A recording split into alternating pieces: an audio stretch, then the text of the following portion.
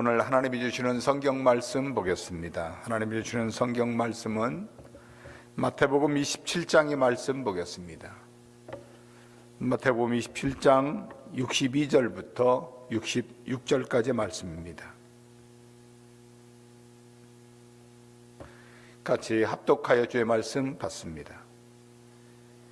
그 이튿날은 예비일 다음 날이라. 대제사장들과 바리새인들이 함께 빌라도에게 모여 가로되, 주여, 저 유혹하던 자가 살았을 때에 말하되 내가 사흘 후에 다시 살아나리라 한 것을 우리가 기억하노니, 그러므로 분부하여 그 무덤을 사흘까지 굳게 지키게 하소서. 그의 제자들이 와서 시체를 도둑질하여 가고 백성에게 말하되 그가 죽은 자 가운데 살아났다 하면 후에 유혹이 전보다 더 될까 하나이다 하니, 빌라도가 가로되 너에게 파수꾼이 있으니 가서 힘대로 굳게 하라 하거늘, 저희가 파수꾼과 함께 가서 돌을 인봉하고 무덤을 굳게 지키느니라. 아멘. 나는 예배하네. 어떤 상황에도 나는 예배하네. 부르신 곳에 우리 모두는 어려움과 혼돈의 때를 지나고 있습니다. 이런 때에 우리에게 필요한 것이 무엇일까요? 그것은 소망입니다.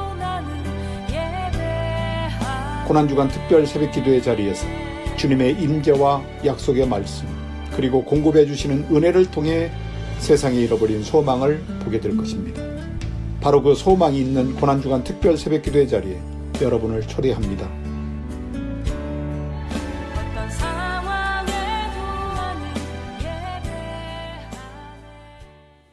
죽어서 장사된 시신을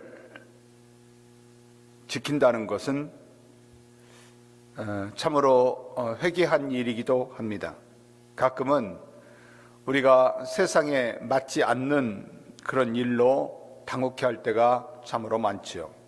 살다 보면 그런 일들이 비일비재하고, 또 살다 보면 그런 일로 인하여 전혀 이해할 수 없는 그런 사회를 우리는 살아갈 때가 많지요. 우리는 계속해서 고난주간 특별 새벽기도를 통해 우리의 소망이신 예수님께서 받으셔야 했던 고난을 묵상을 합니다. 우리가 시작한 것이 월요일인데 오늘이 마지막 토요일 아침입니다. 저는 오늘 이 아침에 인간이신 예수님을 생각해 보려고 합니다. 우리가 어떤 삶의 고난을 받으면 그 고난의 삶의 가운데 그 아픔을 견디기가 그렇게 어렵습니다. 그럼에도 그 고난의 여정 가운데서 우리는 하나님 앞에 온전히 우리의 삶을 드릴 때가 있습니다. 그런데 오늘 귀한 일들이 우리의 삶 가운데 발견됩니다. 저주를 받으시고 십자가에서 죽으셨습니다. 그리고 고난받으셔서 종국에는 운명하셨지요. 예수님께서 십자가에 죽으시고 죽은 시신을 내려 확인을 합니다. 그리고 예수님을 무덤에 장사를 지냅니다. 그 장사를 지내는 그 무덤에 로마병정들이 지키고 있는 것이 오늘 본문의 말씀인 것을 볼 수가 있습니다. 사람들은 예수님이 십자가에 죽으심으로 모든 것이 끝났다고 생각을 했지요. 그 모욕을 당하고 업신여김을 당하면서도 그 수없이 많은 기적과 이적 가운데도 자기 자신은 구원할 수 없다는 그런 생각을 가지고 사람들은 예수님을 바라봤습니다. 그리고 시신을 확인하고 결국은 아리마대 요셉의 그 손에 의해서 장사를 지내고 무덤에다가 결국은 안장을 시킵니다. 우리가 가끔은 그것을 인하여 인류의 소망을 잃어버렸다고 생각하는 사람들이 많이 있죠. 그러나 결코 인류의 소망은 사라지지 않은 것을 볼 수가 있습니다. 우리가 계속해서 묵상하는 말씀 가운데 아무리 어떤 경우가 있다 할지라도 소망이 되기 위해서는 반드시 소망의 주체는 하나님이셔야 하고, 그 하나님의 사랑 가운데 소망의 근거가 있어야 되는 것입니다. 하나님을 사랑한다는 것은 적어도 하나님의 은혜와 능력을 우리가 온전히 붙들고 그 은혜 안에서 살아가는 성도들의 삶인 것을 볼 수가 있습니다. 우리는 오늘 마태복음의 말씀을 통하여 예수님의 죽음을 통해, 그리고 장사를 통해, 그리고 장사 지내고 그 무덤을 그 무덤을 지키고 그 무덤을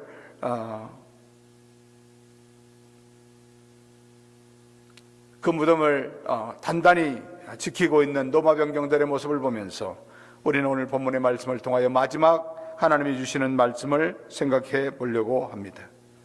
오늘 말씀 가운데 우리가 먼저 생각해야 될 것은 주님은 완전히 죽으셨다는 것을 우리는 꼭 기억해야 됩니다.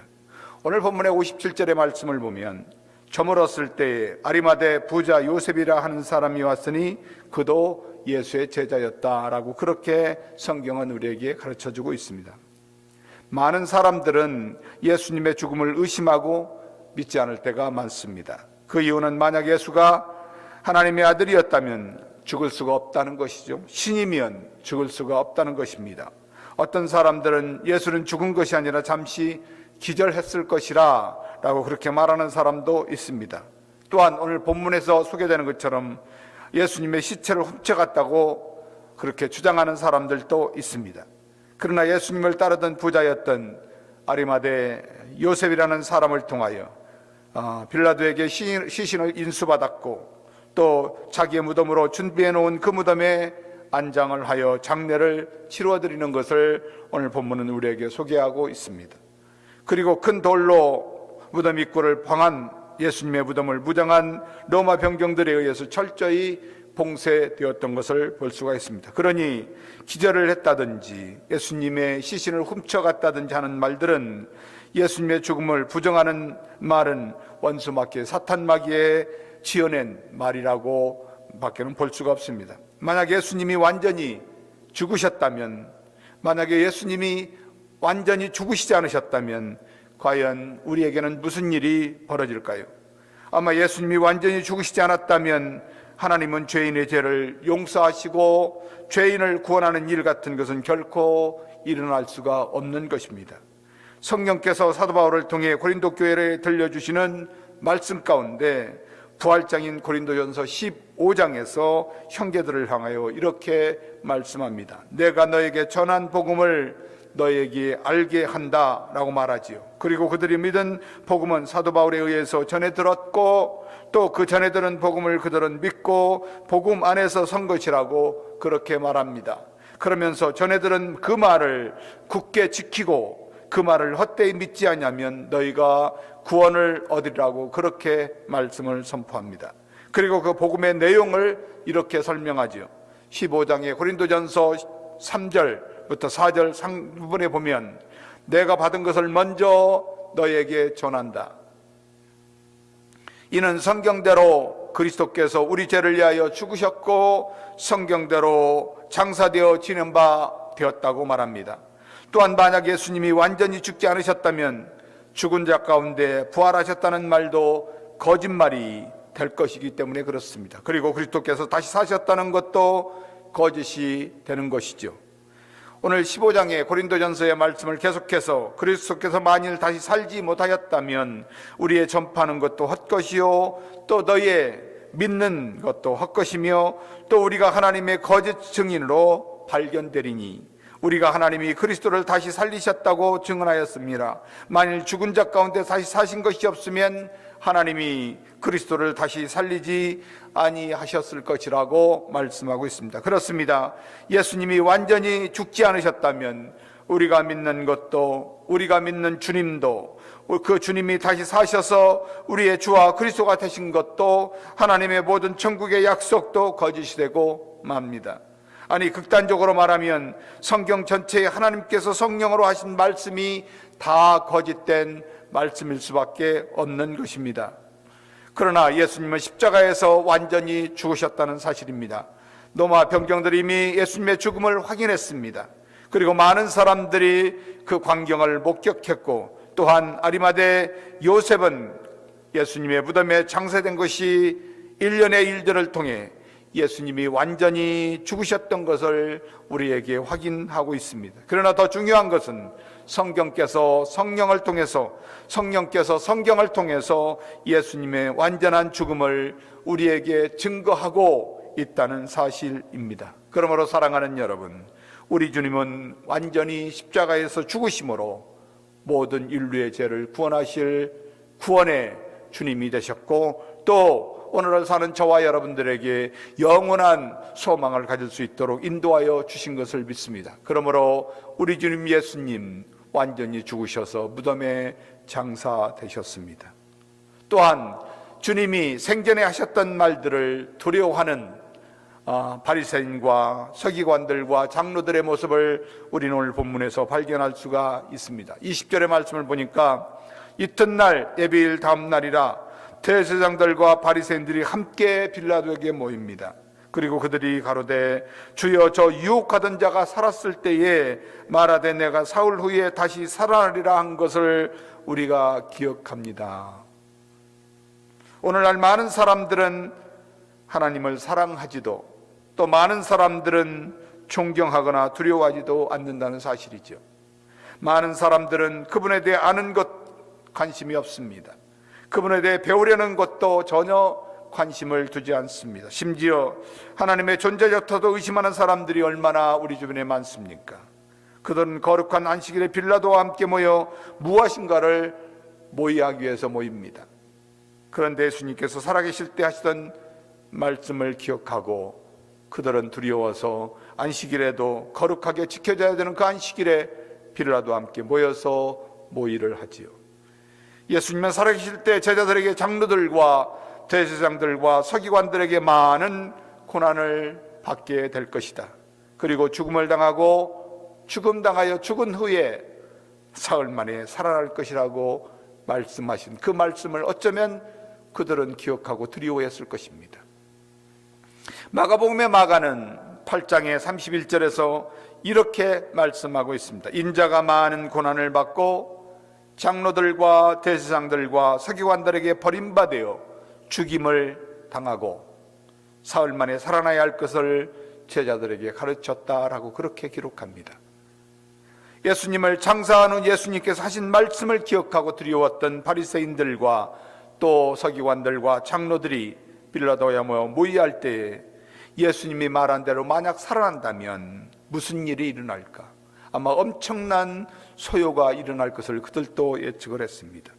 그들은 그런 일은 상상도 하기 싫은 것이죠. 그리고 빌라도를 주라고 부릅니다.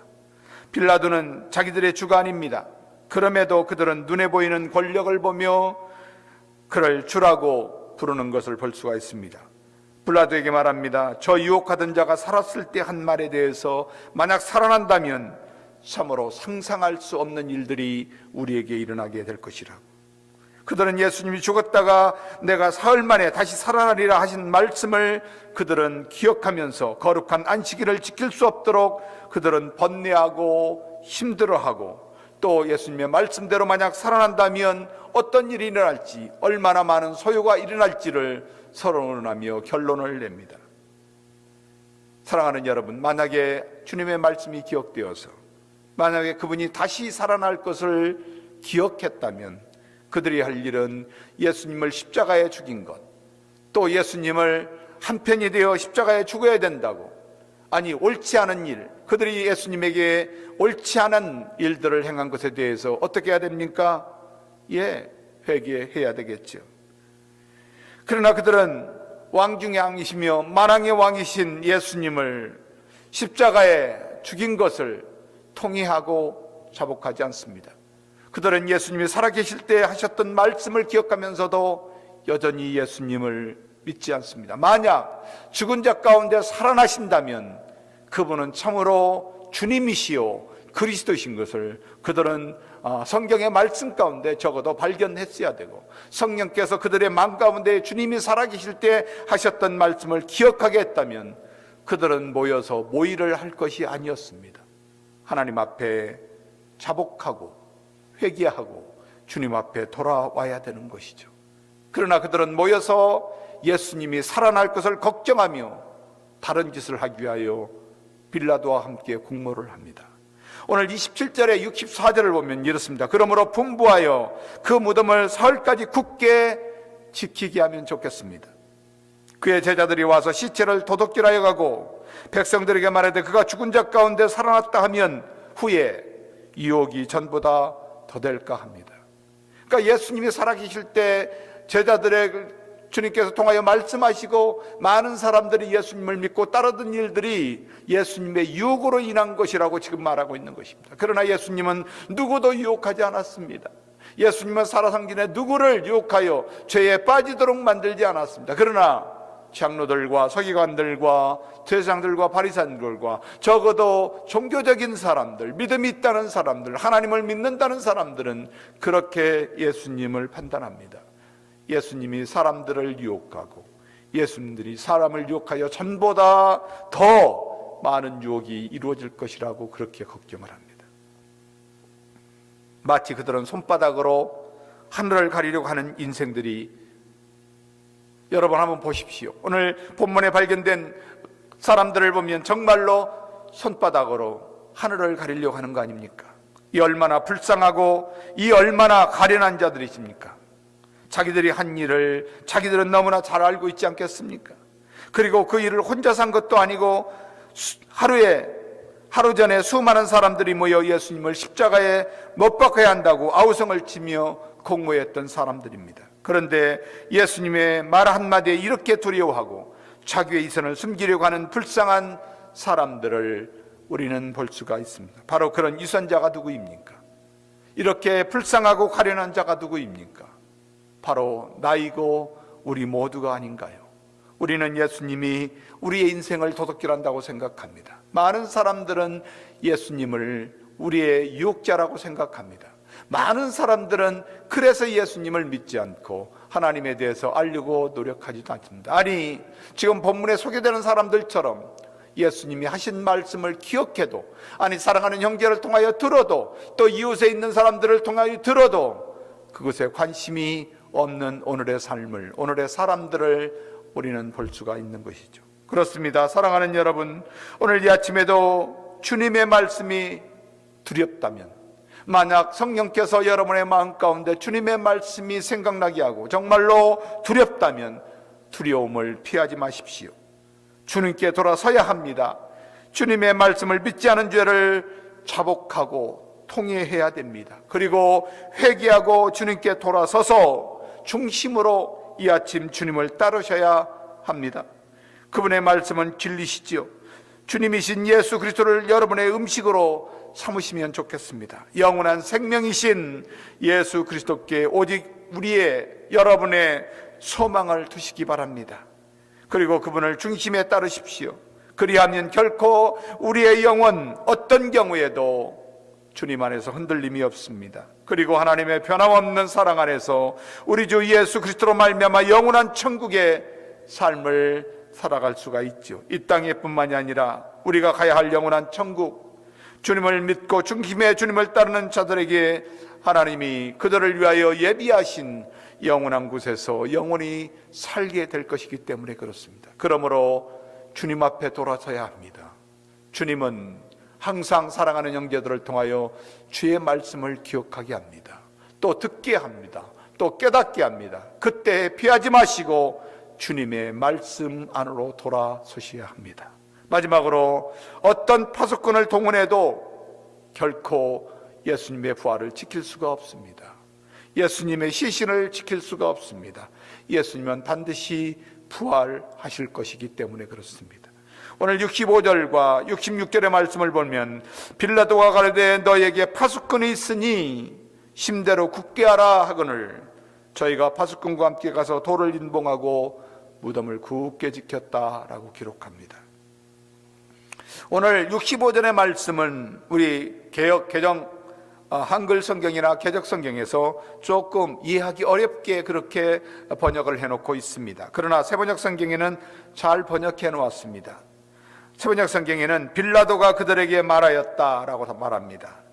경비병을 내줄 테니 물러가서 제주껏 하라는 말이죠. 빌라도는 묵시적으로 그들의 의견에 동의합니다. 그리고 자기의 수하에 있는 경비병들까지 내어준다고 그렇게 약속하지요.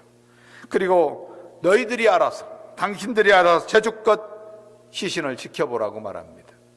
그러나 하나님의 뜻을, 하나님의 능력은 사람이 어떤 방법으로도 막을 수 없다는 것을 우리는 주님의 무덤의 사건을 통하여 믿으셔야 합니다.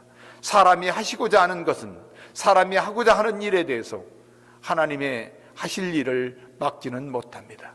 하나님이 하시겠다고 말씀하시고 하나님이 그렇게 작정하시면 사람은 어떤 경우에도 사람의 어떤 힘과 사람의 어떤 능력과 사람의 어떤 계획과 사람의 어떤 지혜도 하나님의 뜻을 막을 수가 없다는 것을 우리는 믿어야 합니다.